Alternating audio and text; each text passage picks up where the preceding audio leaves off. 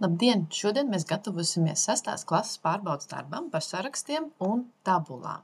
Šis video būs atkārtojums par tieši tabulu veidošanu, noformēšanu un rediģēšanu. Pirmais, ko mēs apskatīsimies, būs atgādne, kā izveidot tabulu. Sāksim ar pirmo lapu. Pirmajā lapā mēs redzēsim divus variantus, kā iespējams izveidot tabulu. Noteikti vienkāršām tabulām pietiksies ar šo te pirmo variantu, bet tabulām, kuras ir lielākas, būs jāizvēlās otrais variants, kurā var norādīt specifiski kolonu skaitu un rindu skaitu. Tātad solīši var būt atšķirīgi atkarībā no tabulas. No sākuma vienmēr tabula ir jāizplāno. Ja ir dots paraugs, tad nepieciešams izskaitīt, cik kolonas un rindas ir tajā, lai veiksmīgi varētu arī darboties tālāk. Tad, lai mums būtu kopīga vienošanās un saprašana, mums dažreiz var atšķirties mūsu Word programmā dažādi teksta glauciņi un arī dažreiz šīs te pogu nosaukumi vai cilņu nosaukumi. Šeit variantā, ko mēs skatāmies par atgādni, ir rakstīts arī angliski, bet skatoties uz attēliem, mēs redzēsim arī latvisko versiju. Piemēram, lai mēs ievietotu tabulu, skatoties uz šo pirmo pamācību ievietošanu, izvēlās cilni Insert, attiecīgi tā būs šī te latviskajā tulkojumā ievietošana. Un table no angļu valodas nevis galds, bet tabula ir tieši šādā veidā šeit redzama. Patiesībā ļoti līdzīgi, un tiem, kas zina angļu valodu, šis varētu būt daudz vienkāršāk. Bet kā nomainīt valodu? Dodamies uz sadaļu Files, kas atrodas augšējā stūrītī. Uzklikšķinot uz tā, jūs redzēsiet šeit sēnā dažādas informācijas iespējas. Sākot ar augšējo līdz pat apakšai, šeit ir viss par konkrēto šo brīža atvērto dokumentu, bet tas, kas mums interesē, ir pati pēdējā iespēja stūrītī opcijas. Nospiežot uz tās, atvērsies jauns loks, un šajā jaunajā logā nepieciešams atrast sadaļu Valoda. Izvēloties valodu, jums iespējams būs tikai viena valoda, bet attiecīgi jūs varat pievienot papildus valodas, nospiežot šīs te podziņas. Būs nepieciešams papildus soļi, bet šajā video mēs to neapskatīsimies. Tātad, ja nepieciešams ir nomainīt, un darbs ir ērtāks veikt tieši angļu valodā, nepieciešams šo te ierakstu, kur ir rakstīts angļu, pārvietot augšķu. Un tas, kurš ir augšējais, būs arī visas saskarnes, visu šo te nosaukumu, vai tas ir noformējums, izkārtojums, arī šo te izvēļņu valoda. Līdz ar ko tā nemainīsies arī ievads valoda, jo ievads valoda ir šeit redzama. Šobrīd ir latviešu valoda, un otra, kā pārbaudas valoda, ir arī uzinstalēta angļu valoda, tikai divas valodas. Ja nepieciešams atkal papildināt, šeit ir atsevišķa sadaļa, uz kuras nospiežot atvērsies jauns loks un būs nepieciešama instalēšana. Tātad, ja es uzliekšu tagad augšā atkal latviešu valodu, tas, kas ir trekna rakstā, ja boldā, būs arī manas izvēlētās valoda lietotāja interfeisa kopējās, jeb saskarnes, izmantojamā valoda. Šobrīd atstāšu latviski, par cik visu mēs mācamies latviešu valodā šobrīd. Ja darbs ir ērtāk, tad vēlreiz atkārtoju, droši var arī pārslēgt uz anglisko, pārvietojot to augšu. Kad tas būs izdarīts, un ja jums tiešām sanāk samainīt valodu, vajadzēs restartēt programmu Word. Tas nozīmē, ka vajadzēs to aizvērt un atvērt vēl vienreizīt. Tāpēc saglabājam progresu, pirms varam ciet, ja kāds dokuments iesākts, un tad arī mainīsies valodas iespējas. Šobrīd atstāšu latviešu valodu. Tā kā es esmu jau paklišinājis, ir arī paziņojums, lūdzu restartējiet Office. Un šobrīd man būtu jāsaglabā visi mani dati. Aizvaru ciet un varu vēlreiz vaļā programmu Word. Un redz, kur man ir arī labdien, jauns tukšs dokuments un tā tālāk. Tas būtu par valodām. Jebkuru tabulu mēs arī varam pielāgot. Mēs tā varam pievienot rindas, dzēst rindas, apvienot, un arī jebkurai tabulai var pievienot stilu, bet par to nedaudz vēlāk. Tātad formatēšanā, ko mēs varam izdarīt? Mēs varam mainīt apmaļu un līniju veidu, vai tās ir raustītas, vai tās ir vienas līnijas. Mēs varam arī ievilkt vertikālas un horizontālas līnijas, bet tās būs citā mācību gadā apgūstamais. Šobrīd mums garīgākais ir iemācīties kārtīgi ievadīt tekstu un nomainīt tā izmēru, pielāgot to tā, lai tas būtu pēc labākās prakses. Jeb tā, kā cilvēki ir raduši un visā pasaulē jau ir pieņemts tāds nerakstītais likums. Piemēram, par galveni. Tur parasti liek treknu rakstu, izvēlas nedaudz lielāku fontu. Un, piemēram, mums dažreiz ir jāievēro tādas lietas, kad ir daudz informācijas, tad ir nepieciešams arī padomāt par atstarpēm un izkārtojumu. Un tajā brīdī mums būs vai nu tabulas kolonas jāpaplašina, varbūt tabulu rinda jāpadara garāk, tā, lai būtu ērti pārskatīt. Un no labās prakses, kas vēl būtu jāizvēlās, ja mums ir tomēr tāds nopietns dokuments, kuru mēs veidojam, piemēram, mājas darbs, par kuru liek atzīmi, vai pārbaudas darbs arī, par kuru ir kā sagaidāms kāds novērtējums, tur ir vislabāk darīt tā, lai gan tev pašam ir skaisti un saprotami, gan arī, lai skolotājiem vai kādam citam, kurš vērtē tavu darbu, ir saprotams, kas tajā tabulā tiek attēlots un kas tur notiek. Līdz ar ko, ja mēs izvēlamies kādas krāsas, tad izvēlamies vislabāk neitrālā tonī. Un ja ir kāda akcentu krāsa, tad neaizraujamies pārāk daudzām un arī neizvēlamies pārāk uzbāzīgas. Tas ir, piemēram, kā demonstrējumi var parādīt šī dzeltenā, šī zaļā, šī spilgtī turkīz zilā vai rozā. Un arī, protams, jāpadomā par to, kā tas izskatīsies kopā ar tekstu. Varbūt man ir burtu krāsa jāmaina no melnas uz baltu, lai varētu labāk izskatīties. Tāpatās arī datu strukturēšana. Ja mums ir, piemēram, saraksts un pirmajā kolonā ir skolēni ar vārdiem un uzvārdiem, tad visnotaļ mums būtu vislabākais sakārtot tos alfabēta secībā. Vai arī, ja mums ir kolona, kurā ir uzskaitīti numurs pēc kārtas, piemēram, kādu 10 ierakstu, tad arī sanumurēt, lai cilvēks, kurš pēc tam vēro šo tabulu, uzreiz ar vienu acu kustību varētu ieraudzīt pēdējo rindiņu, kurā būtu rakstīts, tad cik ir rindas kopā. Un tas arī ļoti bieži vien uzlabo šo te gatavošanās procesu tabulām, jo tad mēs ieraugām, 10 ierakstu rindiņas un vēl galveni. Tātad man vajadzīgs 11 rindas, piemēram, ir. Kvalitatīvas tabulas pazīmes ir tās pārskatāmība. Mēs varam viegli atrast vajadzīgo informāciju, atliek tikai pavilkt pirkstu pa rindu un pa kolonu uz leju un atrast vietu, kur krustojās šī informācija un viegli nolasīt to. Vienkāršība, neaizraujoties ar ļoti trakiem fontiem vai arī kādu stilošanas lietiņu, tā, lai tas ir tiešām acīm un viegli saskatīt. Un arī, ja mēs veidojam tabulu, piemēram, kādā dokumentā, kura pēc tam ir vēl kāda tabula jāizmanto, tad ārkārtīgi svarīgi ir, ka visas šīs tabulas ir daudz maz līdzīgas. Varbūt kāda akcentu krāsa var pārvietoties no vienas vai uz citu kolonu, bet nedrīkstētu būt tā, kad ir viena, piemēram, tabula zilā krāsā un nākamā tabula ir rozā krāsā vai vēl kādā citā. Tas nebūtu konsekventi. Protams, arī jādomā ir par loģisku struktūru.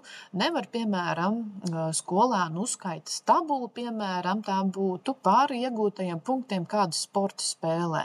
Pirmais, ko ieraksta, ir, punktu skaiti, tad nākamais būtu numurs pēc kārtas, kādā skolēnu uzstājās, lai iegūtu punktus, un tikai pēc tam beigās ir norādīts, kas tas vispār par sporta veidu, vai futbols, vai basketbols, vai kāds cits.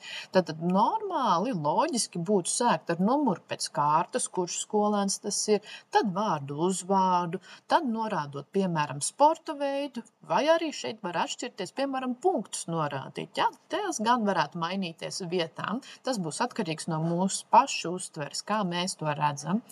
Un līdz ar ko mums ir arī svarīgi, ja tas ir kaut kas radošs, piemēram, radošā priekšmetā, kā piemēram kultūra, tur mēs varētu bišķiņ vieglāk ar noformējumu, brīvāk izpausties. Tur varētu, piemēram, tādu skaistu fontu, kā piemēram, pastīsimies, piemēram, priekš tādas, piemēram, šis Century Gothic vai Century Schoolbook ļoti skaisti savā ziņā, bet arī vai es tādu liktu latviešu valodā, varbūt vajadzētu izvēlēties klasiku, piemēram, Times New Roman, kas ir pārsvarā visiem tādiem nopietniem dokumentiem. Ja jūs izmantosiet šo noformējumu, šo fonta noformējumu, šo fonta stilu, precīzāk sakot, tad jūs noteikti būsiet trāpījuši mērķi, jo šis fonts ir ļoti daudziem dokumentiem un arī ir atzīts par tādu kā standartu. Kas padara tabulu sliktu? Pārāk daudz apvienot šūnu, kad mums ir tādās tā kā zigzagā jāskatās, jāmēģina izlasīt. Varbūt tā vietā vērtīgāk ir izveidot sarakstu, piemēram. Dažādi fonti, piemēram, vai dažādi izmēri, kad vienā šūnā ir 12, nākamais 16, tad atkal 12. Krāsu pārsātinājums ir viena no nākamajām lietām, kas varētu būt traucējoši. Piemēram, katra rinda ir citā tonī, un tur nav nekāda sakara. Piemēram, tas atkal būtu kāds uzskaitījums par iegūtajiem punktiem, un pirmās vietas ieguvējs būtu, piemēram, tur zelta krāsā, kā ar līdzīgu medaļām, otrā vietā sudrabs, un trešā būtu bronzs, un tad atkal atkārtotos tieši tādā pašā secībā. 4. vietai zelts, 5. vietai būtu sudrabs, un 6. vai 5. rindai jau atkal būtu šis te bronzas tonis. Tas nerādītu nekā tādu labu pārliecību, ka šis te formatējums ir pareizi izmantots, jo mēs taču zinām, ka pirmajām vietām tikai izsniedz medaļas. Kāpēc tad ir citām? Tur varbūt vajadzētu kaut ko savādāk vai vispār neizmantot. Un arī, ja mums ir tabula, kura ir tāda gara vai atrodas lapas beigās, mums ir nepieciešams vēlreiz ierakstīt tabulas galvenes, lai pāršķirot lapu būtu vieglāk ieraudzīt, kas tad tas īsti bija. Nevis katru reizi pāršķirt turp apakaļ, vai datorrakstā ritinātu uz augšu un uz leju šo te lapu. Tad tagad pieķersimies tādai praktiskākai darbošanās, kā noformēt tieši tabulu Word. Arī atkārtosim, kā tātad ievietot abus divus variantus un kā attiecīgi padarīt viņu smuku un pārskatāmu. Mēs mēģināsim pārveidot un atveidot šos te divas mazās tabulas un šo te vienu lielo tabulu. Šobrīd es paņemšu šo atgādni un nolikšu vienu ekrānu pusē un attaisīšu jaunu Word dokumentu otrā pusē. Tad, attaisot programmu Word, izvēlamies tukšs dokuments, un es sadalīšu ekrānu divās pusēs. Arī jūs to varat izdarīt, ja jums tā ir ērtāk. Un mūsu uzdevums tātad ir atveidot šo te pirmo vienkāršo tabulu. Šīs tabulas izveidē tika izmantoti iebūvētie stili, kas ir šīs tabulas stila opcijas, lai, piemēram, iezīmētu pirmo kolonnu, piemēram, šeit, kur ir datums, attiecīgi arī rindas joslas tika pievienots, lai radītu šo te tumšāko, gaišāku, tumšāku iekrāsojumu, un tad mēģināsim abos veidos ievietot jauno tabulu. Tad tas, kas ir jādara, ieklikšķinu tukšā dokumentā, dodos uz sadaļu ievietošanu, jeb insert, un izvēlos tabula. Man ir jāsaskaida, cik man ir šūnas manā, cik ir rindas un kolonnas manā tabulā. Man ir 1, 2, 3, 4 kolonnas, tās būs kā stabiņi uz leju, un 4 rindas, ieskaitot šo te pirmo, kur ir tabulas galvene. Tātad man ir vajadzīgs 4, 1, 2, 3, 4, reiz 4. Un līdz ko es lieku tabulā, iekšā šo te informāciju, tad man uzreiz jau ir redzams augšā, tad mainās skaitlīts, cik liela tabula ir. Tātad 4 reiz 4. Visākumā vienmēr ir jāatcerās, ka ir jāizpilda un tikai tad jānoformē, jo bieži vien datu aizpildīšana aizņems vairāk nekā tabulas noformēšana. Un patiesība ir tāda, ka dažreiz nemaz to tabulu tik līdzīgi nemaz nevar dabūt, bet ir jātrenējās ieraudzīt formatējums un mēģināt dabūt viņu līdzīgu. Neiet runa varbūt par precīzu fontu atrašanu, tos parasti norāda uzdevumos, kāds fonts ir jāizmanto vai nu galvenajā vai nu vienkārši tabulas saturā, bet šīs te nianses, kā piemēram treknraksts, ja bold, slīpraksts, ja italic, tās gan ir jāprot ieraudzīt. Tātad es paņemšu pārkopēšu saturu no redzamās tabulas.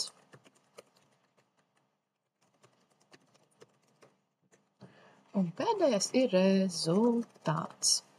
Redzi, kā ātri man tas sanāk. Tev, protams, var arī atšķirties šīs te rakstīšanas ātrums. Un mans ieteikums, redzi, es pārvietojos, es ierakstu datumu un ar bultiņām uz klaviatūras nospiežu uz leju, lai uzreiz, neatraujot roku no klaviatūras, varu uzreiz pāriet uz jebkuru no šūnām.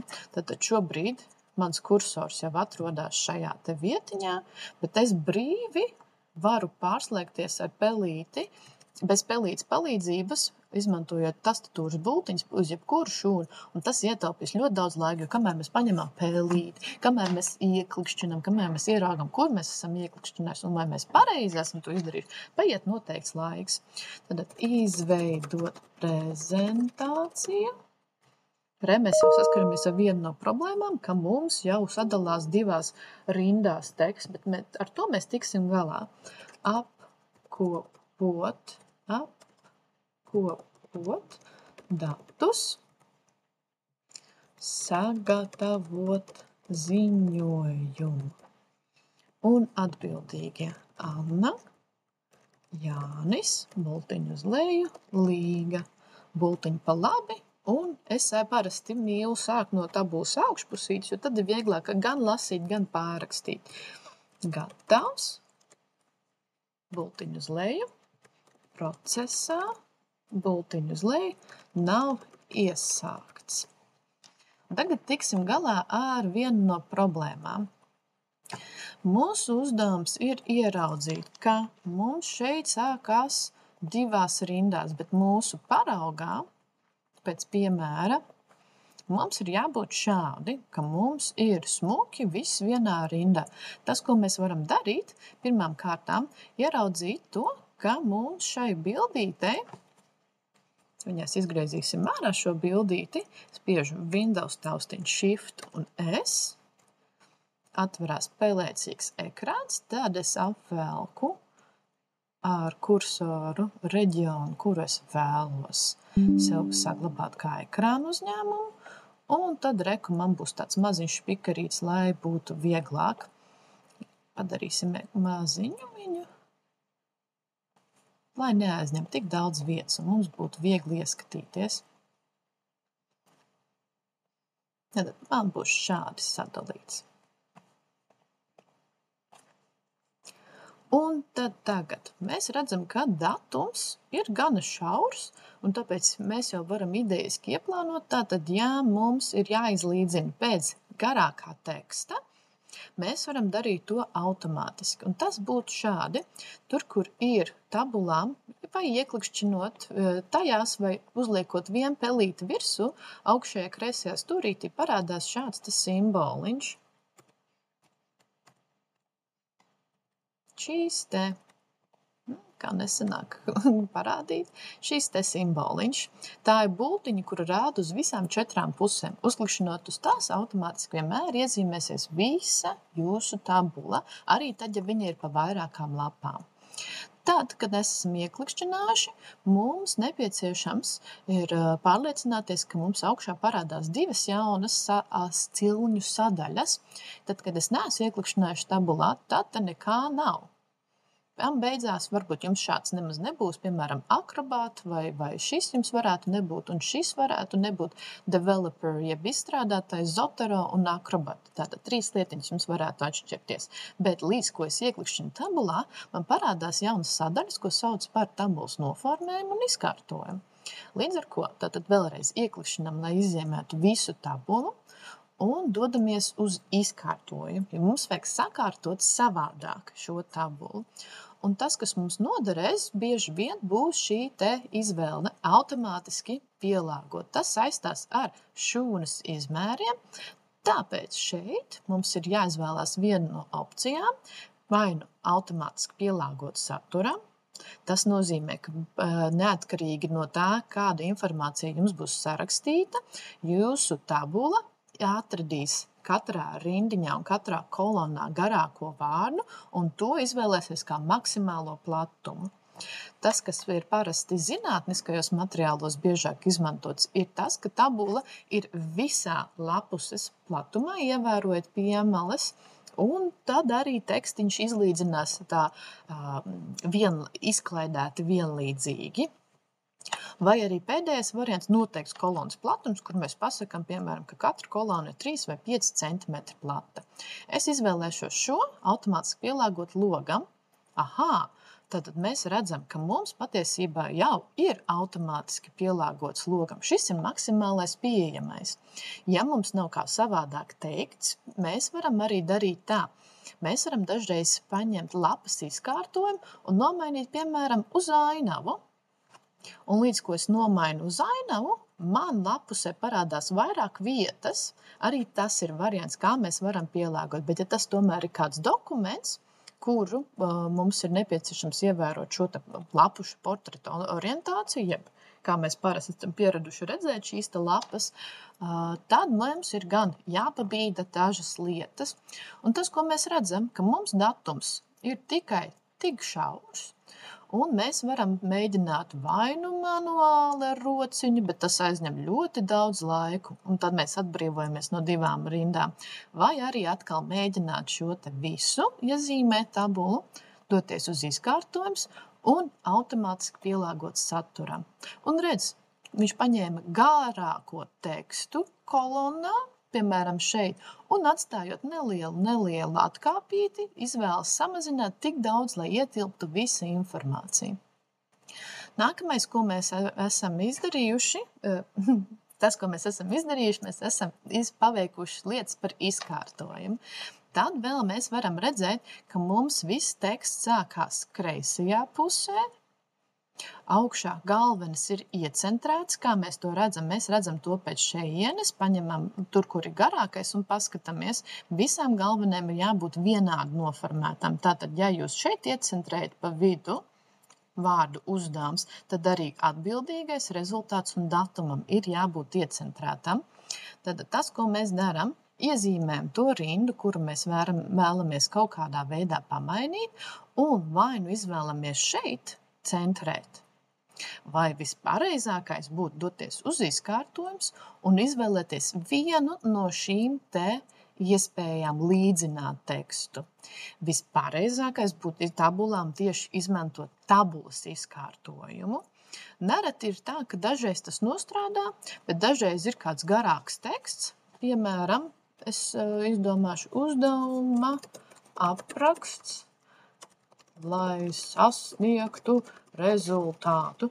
Tagad man tā forši smuki dalās, bet tad, ja man vajadzētu tādu garāku galveni dabūt, tad šeit ļoti nesmuki izstāsta, ka tāda liela tukšuma ir. Un tad mēs varam izmantot vai nu šo te centrēto pa vidu gan horizontāli, gan vertikāli, vai arī pie pašas apakšiņas piestiprināt, jo tad ir vieglāk lasīt. Bet par laimi mums nav tik garš, tāpēc es nospiedīšu pāris reizītes Ctrl+Z, lai atkal dabūtu mūsu iesākto variantu. Tad mums šeit ir jābūt tā, ka visam ir jābūt pa vidu. Šajām uzdevumam, par cik mums ir viss tik vienkārši, izvēlēšos šo te. Tad mums šie tekstiņi ir jau pa kreisi, tas ir visforši, bet datums gan sākās pret otru pusi. Lai to izdarītu, mēs iezīmējam tātad tās šūnas, kuras man nepieciešams izlīdzināt, un izvēlos šo te līdzināt pie augšējās un pa labējās malas. Un tagad tā atkāpīta ir otrā pusē. Kāpēc tas ir jādara tur, kur ir cipari? Tāpēc tad, kad ir cipari, tad visvienkāršāk ir nolasīt un ar acīm redzēt, kurš tad ir vislielākais. Vai, piemēram, datuma ziņā tas palīdz noteikt mēnesi vieglāk. Nevis, kad, piemēram, ir dažādā formātā vai izkārtojuma vai pieraksta stilā. Svarīgi ir ievērot tātad šo te konsekvenci. Tātad nākamais, ko mēs ķeramies jau uzreiz klāt, būs tabulas noformējums. Un kamēr mums ir ieklikšķināts jebkurā vietā tabulā, dodamies uz augšējo izvēli tabulas noformējums. Un izmantosim sākotnēji jau šos te iebūvētos stilus. Bet, ko es redzu? Man tātad ir izmantots tāds savdabīgs stils manai tabulai, kur šajās te vietās nav visas šīs te piemalas, bet ir tāds tā kā T veida formātā. Šeit ir pirmai kolonnai un šeit ir garaniski visiem. Ir vērtīgi apskatīties, varbūt jau ir tāds stils ir gatavs. Un tādēļ mums būtu jāatver stilu galerija. Tātad šeit ir tabulu stili. Šeit ir daži tikai no tiem, bet ar šo te bultiņu uz augšu uz leju var redzēt daudzus arī citus. Ērtībai ieteikt izmantot šo te mazo podziņu, kas ļauj attaisīt pilnīgi viss vaļā. Un ko mēs šeit redzam? Jau kaut kas līdzīgs mums ir sagaidāms. Redz, kur būs, piemēram, jau pelēkās rindas. Mēs šeit priekšskatījumā arī redzam šīs te mazās T veida iekrāsojums, mēs redzam pelēkās līnijas. Tātad es varu mierīgi izmantot arī šo, tikai būs jāveic daži vēl mazi labojumi. Tātad, kas mums ir? Mums ir datumi slīprakstā. Šeit mums varbūt fontiņi atšķirās, bet tas nekas mūsu uzdevumā nav prasīts, nekas par fontu savādāku pielietojumu.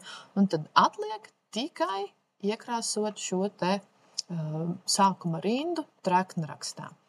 Bet, ja mums kādreiz sanāk tā, ka mēs neredzam tieši tādu pašu stilu, tas sanāk, ka mums nav ieķeksēta kāda no šīm te kastītēm.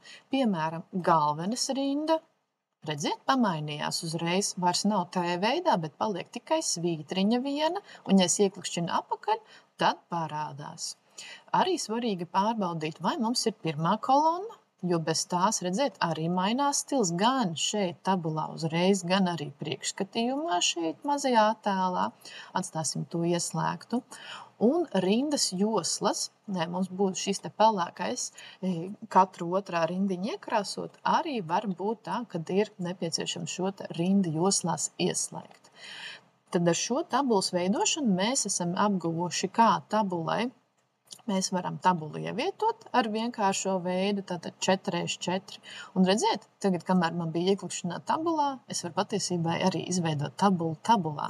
Un dažreiz tā var gadīties, tāpēc atceramies izklikšanāt ārā, pirms mēs daram tālāk.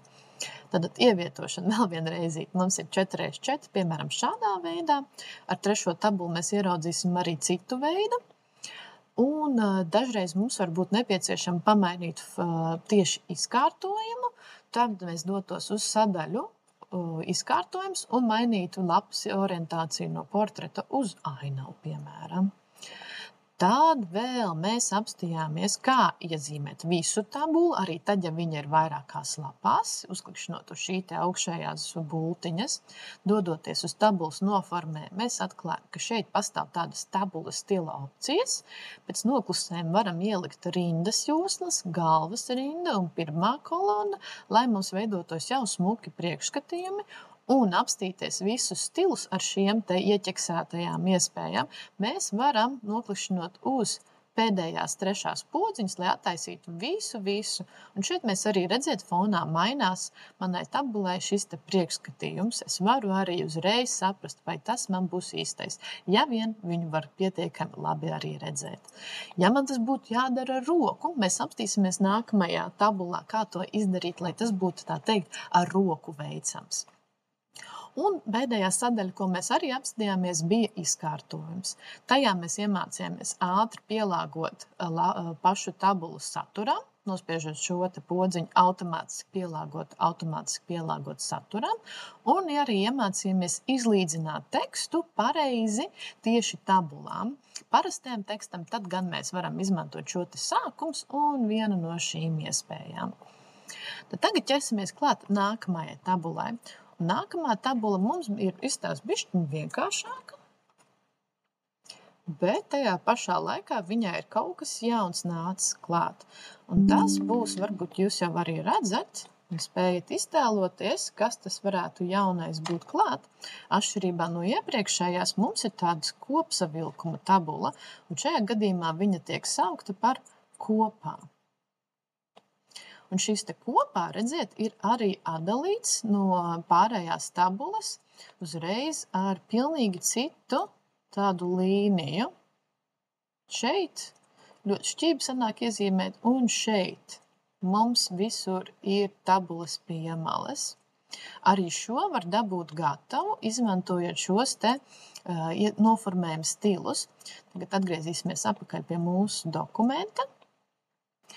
Un mums tātad ir nepieciešams 2 kolonas tikai, un 1, 2, 3, 4, 5, 6 rindas. Dodos uz ievietošanu, 2 kolonas reiz 6, un pārakstu tekstu.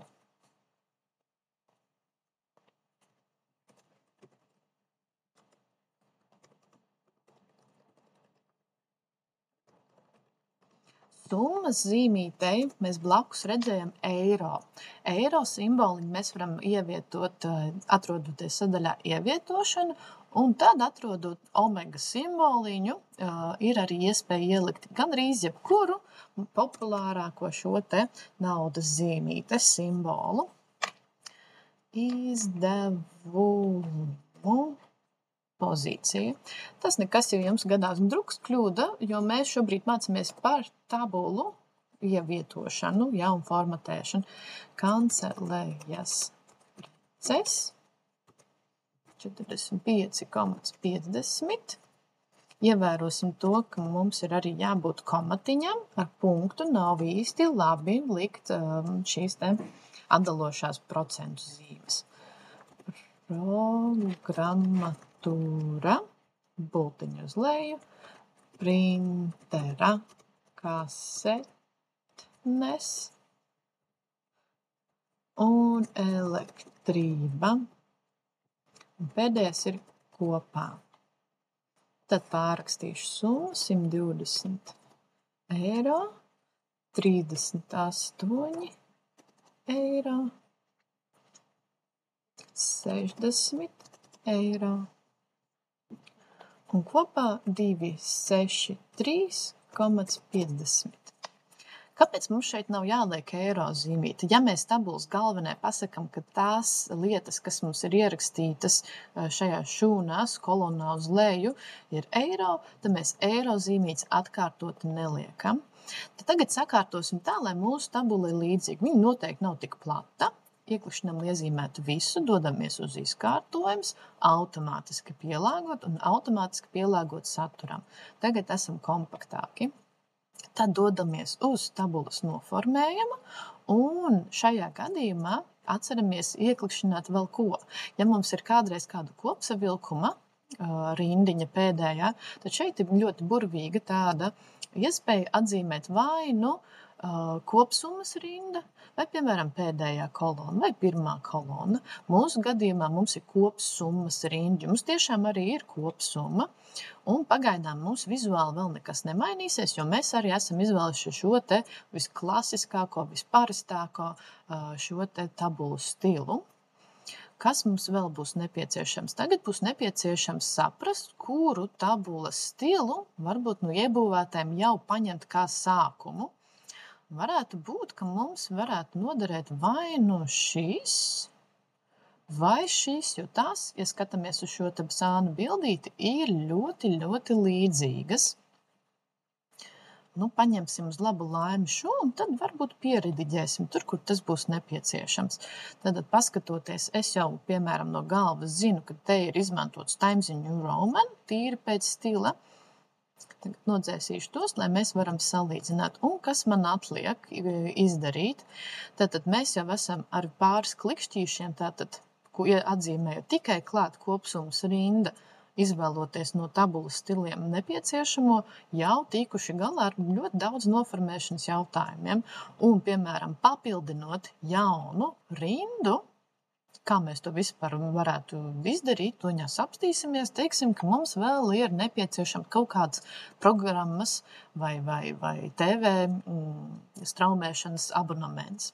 To mēs varam izdarīt divos veidos. Mēs varam, tātad, piemēram, ja man vajadzētu apakšā, pirms kopā un zem elektrību pievienot jaunu rindiņu, es nospiestu labo peles taustiņu, ievietot, un var izvēlēties ievietot virs, zem, ievietot kolonu pa labi vai pa kreisi, ja? Mēs izvēlamies ievietot zem. Un tad arī automātiski, redziet, es sākšu rakstīt abonaments, un viņš automātiski man izmantos tieši tādu pašu noformējumu, kāds ir iepriekš.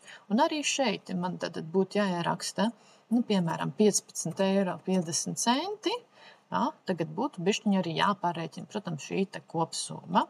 Un to mēs toņās uzrakstīsim, lai ir arī precīzi.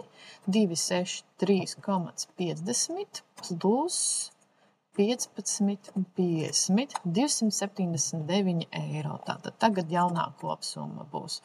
Un neaizmirstam norādīt arī centus, ka tas ir bez centiem, ar 0,00. Tātad, kas mums vēl ir savādāks? Mums savādāks atkal ir tas, ka mums, cik ir cipari ar naudām, tagad ir tā grūts ieraudzīt, ja, viņš ir tāds viļņains, ja mēs skatāmies uz naudiņām. Katrs kārtīgs grāmatvedis vienmēr arī šo izmanto un izlīdzina visu naudas izteiksmes visas tabulā pēc vienas puses, lai tad mēs uzreiz, reku ir 120 €, te ir vieninieks, tad uzreiz var ar acīm ieraudzīt, kurš tad ir lētākais vai dārgākais šajā tabulā. Kā bonusu mēs varam arī uzreiz apgūt pāris lietas par kārtošanu. Kā tad būs? Kurš tad ir visdārgākais un kurš tad ir vislētākais? Es varu izvēlēties tātad iezīmēt tabulu, ar kuru es strādāšu. Doties šeit augšā ir podziņa kārtot, kamēr atrodamies sadaļā izkārtojums. Ja es nospiežu kārtot, tad man paprasa lodziņš kārtošana, kārtot pēc. Mums nosaukumi, ko mēs ievadījām galvenai šeit, būs arī redzami. Ja jums ir kas savādāks, tas nozīmē, ka jūs neesat noformējuši galveni. Mums ir jākārto pēc summas. Izvēlamies summu, pasakam, kāda tips tas ir. Tas nav teksts, tas nav datums, bet tas ir numurs. Tāpēc mums svarīgi bija rakstīt ar komatiem. Ja mēs rakstītu ar punktiem, tad mums varētu pateikt arī vārds priekšā, ka tas ir teksts, es kārtošu alfabētiski, bet uz labu laimi arī alfabētiski viņš varētu sakārtot dažreiz atkarībā no jūsu katra datora iestatījumiem, arī pēc cipariem. Bet vienmēr cenšamies izmantot komatus, jo mēs dzīvojam Latvijā, amerikāņiem un angļiem tipiski izmantojam šie te punkti. Tātad, ja jūsu sarakstā nav galvens, jūs vēl varat ielikt ķeksīti šeit. Ja, bez galvens. Mums ir tāda. Mēs esam tādu pateikuši, tāpēc mums viņi ir trekna rakstā un arī tādā smukā izkārtojumā, tumšākā, treknākā. Kad viss ir kārtībā, mēs varam sakārtot. Šeit mums nav citu variantu kā rinkops. Atstājam to, kā ir, spiežam labi un redz, mums sakārtojas visi smuki dati, izņemot kopsummu, jo mēs esam pateikuši, ka mums ir šī te kopsummas rinda un ka tā neattieksies uz visu kārtošanu. Iztēloties, ka tagad pēkšņi šis te kopā parādītos arī kaut kur, otrādāk, piemēram, ja, citā vietiņā. Lūk, esam tikuši izstāsta galā, bet pēdējā lieta, ko es ieraudzīju, mums arī kopsumu vajadzīgs ir izkārtot šādi te. Un tagad tik tiešām esam tikuši galā. Ieklikšķināsim brīvā vietā, uzreizēs tabulas, var nospiest pāris taustiņas enter, cik pašiem gribās, un tagad mēģināsim tikt galā ar to pašu lielāko tabulu, kas ir šī te. Tad es uzreiz varu ko ieraudzīt. Man ir numurs pēc kārtas, super, mazāk jāskaita. Es ieraugus, tātad pēdējā ir 7, man ir vēl kopsavilkums, man būs 8 rindas un vēl galveni tātad 9 rindas. Paturu prātā 9 rindas.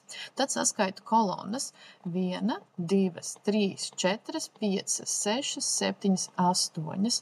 Tātad 9 reiz 8. Uztaisīšu mazu sev foto atgādinājumu, lai būtu vieglāk nokomunicēt. Kā mazu attēlu atstāšu ekrāna apakšpusē.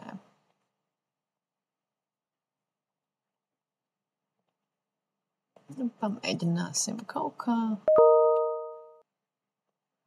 ērti salikt. Tātad šī tabula ir diezgan liela, bet neskatoties uz to, mēs mēģināsim viņu pārlikt. Tātad mums šoreiz nestrādās šī te ievietošana, jo mums ir 9 rindas, bet maksimālais, ko mums piedāvā, ir 8. Tad mums ir jāizmanto šī te īpašā ievadīšana. Tātad kolonu skaits bija 1, 2, 3, 4, 5, 6, 7, 8. Rindu skaits mums bija 9, jo 7 ieraksti plus kopsavilkums plus numurs 7 plus 2, 9.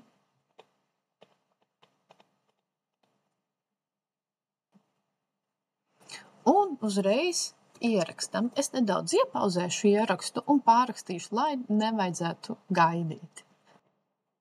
Tagad, kad esmu pārrakstījusi, es esmu arī nonākusi pie tādas situācijas, ka man atkal neietilpst visa informācija.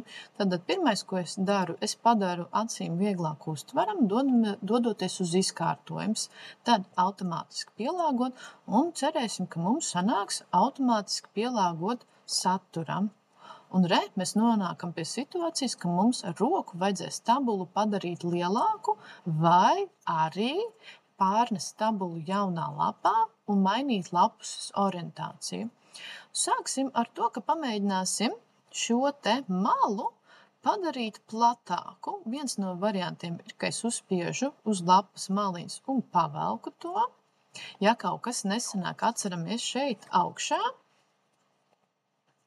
Tā, tulīdās. Šeit augšā ir iespējams nospiest apakaļ, atsaukt darbību. Ja kaut kas kādreiz notiek, tad pāris reizītes nospiežot šo bultiņu, mēs varam atsaukt apakaļ kaut kādu kļūdu. Vai arī ar taustiņu kombināciju Ctrl un Z varam apakaļ, ja, šādā te veidā dabūt uz sākotnējo variantu. Es pamēģināšu šādi sākumā. Un uz otru pusīti arī. Ir labāk, bet centīsimies izdarīt maksimāli līdzīgi. Tas, ko es redzu, šeit ir izmantots 12. fonta izmērs tekstam.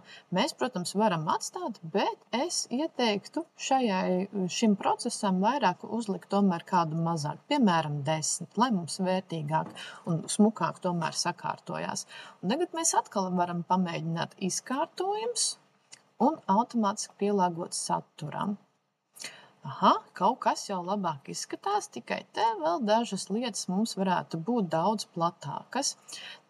Tas, kas mums var palīdzēt, šobrīd izskatās būs tikai nomainīt lapuses orientāciju.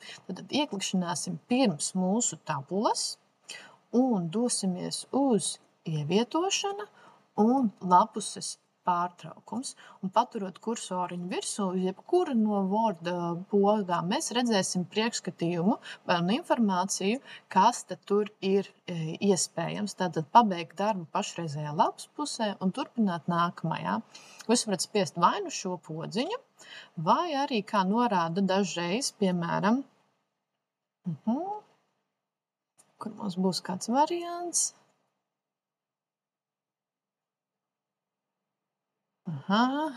Šobrīd nerādās, bet dažreiz blakus iekaviņās, piemēram, šeit pie virsraksta, kas ir treknrakstā šajā lodziņā, parādās arī saīsinājums. Šeit gan ir rakstīts Ctrl plus Return, bet Return ir nācis no Apple datoriem uz mūsu Windows datoriem. Tas būs mūsu backup space, jeb dzēšanas taustiņš. Vai nu šo, lai sāktos jaunā lapā, nospiedīšu solīt apakaļ, vai arī Ctrl Enter. Laikam nepareiz pateicu iepriekš, nevis backup space, bet Enter taustiņš. Ja? Un tad mēs varam dabūt šo tabulu jaunā lapā. Bet ar visu to mums būs pa maz, mums ir nepieciešams tieši šo lapu sagāzt. Un tas, kas mums ir jāizdara, ir jādodās uz izkārtojums. Dodamies šeit, kur ir mazā tāda bultiņa, kur saka lapuses iestatīšana, un izvēlamies ainava šajā te vietā. Un tā vietā, lai šīs izmaiņas būtu visā dokumentā, mēs, kad esam, varbūt redzējāt, es iepriekš atlasīju visu tabulu nospiežot uz šī, kad pirms atvērās šis lodziņš. Es izvēlēšos atlasītajā dokumentā. Nospiežu labi. Redz, Tad mums ir tabula diezgan laba, diezgan tuvu malai, bet to mēs piekārtosim. Un šī atkal pirmā lapa vēl joprojām ir portretā. Tātad ir diezgan skaisti un esam iemācījuši vēl papildus lietiņu. Bet, lai tagad šī tabula būtu atkal glīta, dažreiz ir nepieciešams tabulai nedaudz pateikt priekšā, kā viņai izkārtoties. Viens no veidiem ir, es varu mēģināt uzspiest uz šīs bultiņas un pārvietot šo tabulu brīvi, bet nevienmēr sanāk smuki iecentrēt šo tabulu. Mēs vēl varam darīt tā. Uzspiež uz šīs ikoniņas ar labo peles klikšķi, dodamies, kur ir rakstīts tabulas rekvizīti, un šeit pats pirmais līdzinājums, piemēram, centrā. Nospiežam labi, un es biju kļūdījusies, man iepriekš nebija nemaz centrā. Tātad vēl vienreizīt, ja es gribu tabulu ielikt precīzi centrā, bet man viņa patiesībā kaut kur šādi vienkārši lapusē mētājās. Es uzspiežu vienreiz ar kreiso klikšķīti uz visas tabulas atlases, tad ar labo nospiežu no izvēles tabulas rekvizīti un nospiežu centrā. Un tad spiežu labi. Esam tik tālu tikuši. Tagad atliek tās noformēšanas lietas. Atkal ieklikšķinam tabulā, dodamies uz tabulas noformējums, un pirmām kārtām mums ir īpaša pirmā rinda, pirmā kolonna, atstāsim to ieķeksētu, un mums ir arī kopsavilkuma rinda. Apstiesmies, vai tas notiek, un mēs varam pārliecināties, skatoties šajās priekšskatīšanas bildītēs. Ja? Tagad ir, tagad nav, tagad ir un tagad nav. Un tad mēs varam apstīties, varbūt kaut kas jau gatavs ir. Mūsu tabulē ir visas piemales, tātad visas rūtiņas, un izskatās, ka šis varētu būt līdzīgākais. Tātad mums ir interesē tā kā manā bildītē zemāk. Un tuvākais, labākais, kas mums ir, ko mēs nedaudz tikai pamainīsim, būs izstāsts, ka šīs uzspiežam virsū.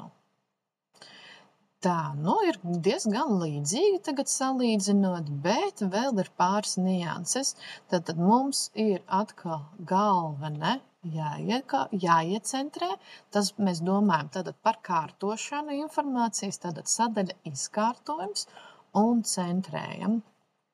Pārliecinamies, vai mums ir līdzīgi. Dažreiz, piemēram, numurs pēc kārtas, kas ir varbūt arī centrēts šādi. Jā, mēs varam arī šādi iecentrēt, bet pareizākais būtu izmantot šo. Tas ir drošībai. Un kas mums vēl ir? Datumi ir skaisti izlīdzināti. Tad vēl ir šīs divas lietiņas, ieskaitot kopsavilkumu rindu, jāpielīdzina gar kreiso, bet labo pusi.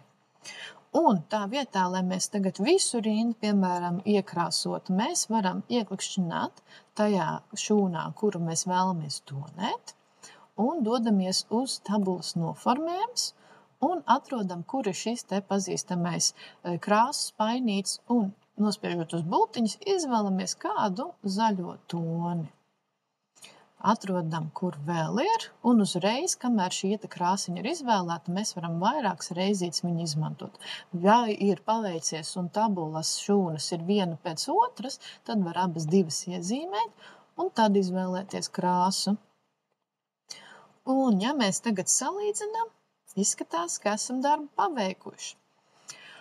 Lūk, tādā veidā mēs varam izveidot tabulas, un ceru, ka šīs palīdzēs vieglākas atkārtošanai un sagatavošanās pārbaudes darbām, lai izdodas un veiksmi darbā.